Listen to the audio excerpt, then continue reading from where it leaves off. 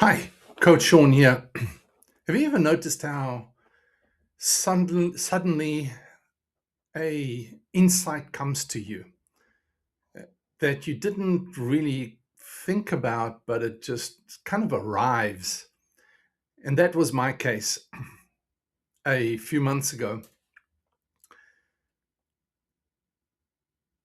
After my son Jesse's cancer journey, where I journeyed with him through to a miracle, um, I kind of fell off the platform of the world in a sense and isolated myself.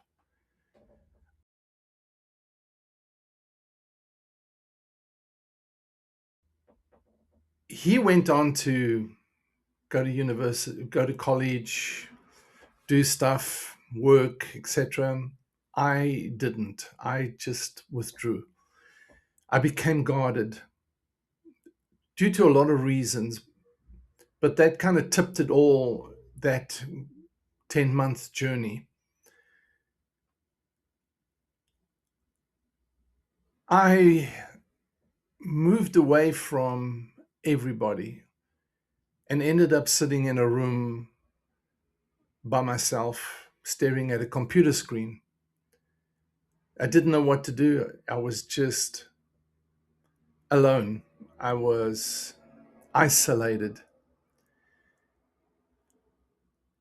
I wasn't lonely. I was alone.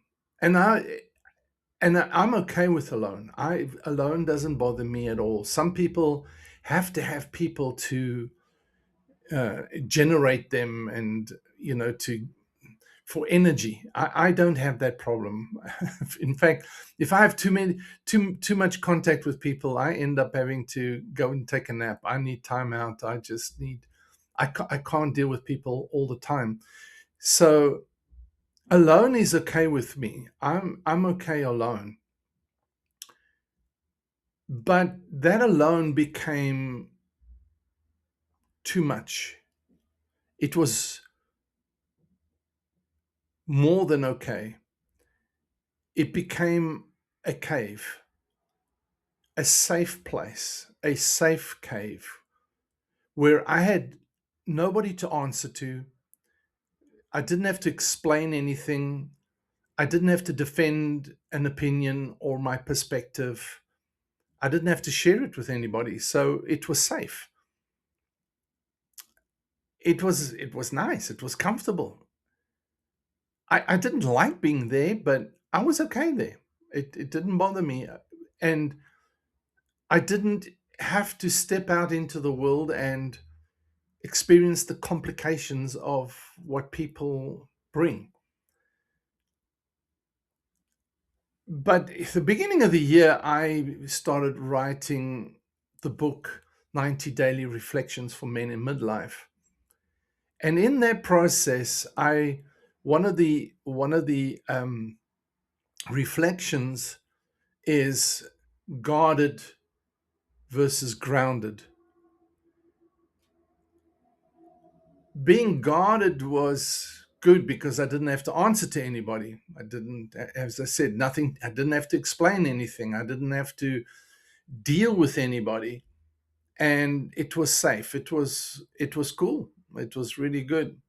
But when I reflected on guarded versus grounded, I realized the difference between the two, and then I had drifted from being grounded into being guarded. And because I didn't want to get wounded anymore, I didn't want to have to, I was too stressed out, I was fatigued, I didn't want to deal with anything. And don't get me wrong, there's seasons of being alone that's good. Being alone can be a good season for you, a good season to reflect, to recoup, to rejuvenate, to rediscover, renew, refocus. There's nothing wrong with that. That's good. But when you stay there for safety's sake, when that becomes your guarded, safe cave of isolation, that's when it becomes not so good. And some because some men actually go from being alone and uh, and move into that cave safe place, and it becomes loneliness. Now loneliness becomes an enemy. Loneliness is an enemy because loneliness eats at your self-confidence. Loneliness will begin to deceive you, and that self-deception is begins to deceive you into thinking that your perspective is right, everybody else is wrong. Nobody can challenge it. And so it's all right to you. You feel totally justified in whatever position you take. It warps, loneliness warps how you perceive things. It kind of changes the filter a little bit, a lot sometimes. I didn't go to that point. I didn't get a total, warped, because I'm not lonely. I'm alone, but I'm not lonely. But being alone did cost me something, even though I didn't become lonely. It did cost me. It cost me relationships. It cost me growth in a sense. Alone, as I said, my perspective doesn't get challenged. Your perspective doesn't get challenged. So again, alone it can be a good thing, but when we stay there for safety's sake, then it becomes a danger. It can become that isolation where nothing challenges me, nothing. I don't have to deal with anything. I don't have to deal with people. I don't have to deal with other people's perspectives. And in an isolated place, I can think what I like, be what I like, do what I like, and it doesn't affect anyone else. I think it does, but nobody pushes back on me. Nobody challenges me. I don't have to deal with conflicts. And I kind of got to the point where I'd had enough of conflicts. I'd had enough of trying to deal with people, and and the tipping point was getting through getting my son through his cancer journey. And even though it had such a positive, miraculous outcome, I kind of, in the process, I had to deal with people, and that brought me to that tipping point. And again, if I'd just been alone for a while to recover, that would have, or rejuvenate, would have been good. But I didn't. I stayed there. And I didn't become lonely because loneliness is not something that I experience, but some do. But I became isolated, and that was the problem. It became comfortable. And complication is exactly where we learn to deal with people, where we learn to be compassionate and kind and respectful and considerate. You cannot grow in character and you cannot grow emotionally unless you're dealing with people and you're having to love them regardless. You're having to be kind to them. You're having to deal with the complications and the issues of relationships. If you withdraw from that and isolate yourself, you don't grow. You don't grow in your emotional intelligence. You don't grow in your character. And I think in this time of life, it's easy, in when you get to 50, 60, you just like, I couldn't be bothered with everybody's complicated situation. And it's easy to withdraw. You can be present and be lonely. You can be present, you can be in a room with people and be isolated. I could do that. I can sit in a room and be totally within myself, and so for me, I've got to work constantly at being present in relationships, in dealing with those issues, in fact working at being kind and respectful and considerate of people. And I am. I'm not saying I'm not, I am, but I've got to work at it, because it's easy for me when things start getting complicated to withdraw and go into isolation, to go into that place of being guarded. But being grounded means I can stand and be settled and secure and confident, even though everything around me is going crazy, and it doesn't get inside of me. You know what I'm saying? It doesn't affect me. So disappointment comes, but it doesn't affect me. Complications come, stressful situations come, but it doesn't get inside of me. And that's the important thing. But we cannot hide from these things, because then we never grow, we never develop, we never have the opportunity to influence those things with the experience and the values and our own maturity. We don't have the opportunity to inspire, encourage, and help and comfort and show and model those things to others who need it around us.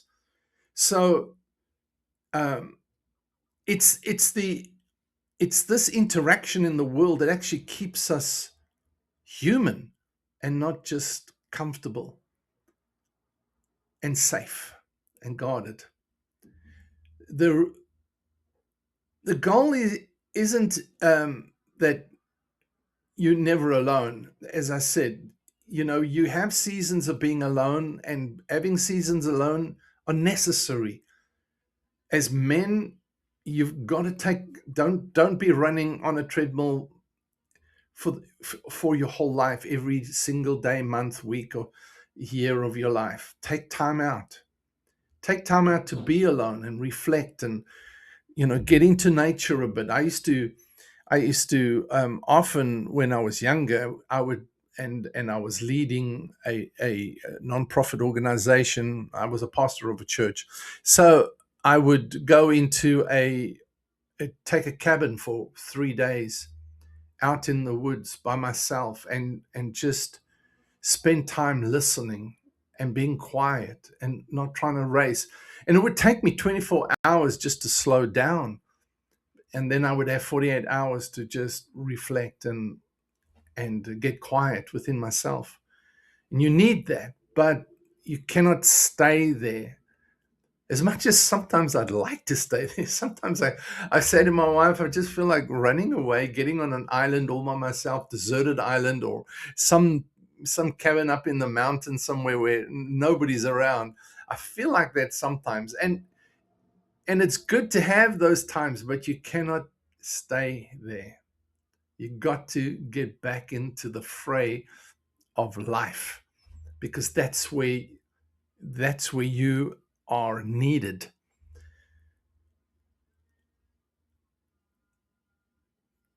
We must set a goal of not letting alone become isolation, and not letting isolation bring us to the place of becoming lonely.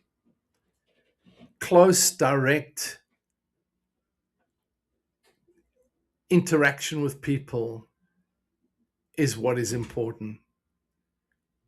If you're alone right now, if you're alone because you're resting, well, that's fine. But are you alone and isolated, guarded, hiding in your cave, that you feel safe, but you're not really safe, are you? What would it cost you to let one more person back into your life this week? What would it cost you to step out?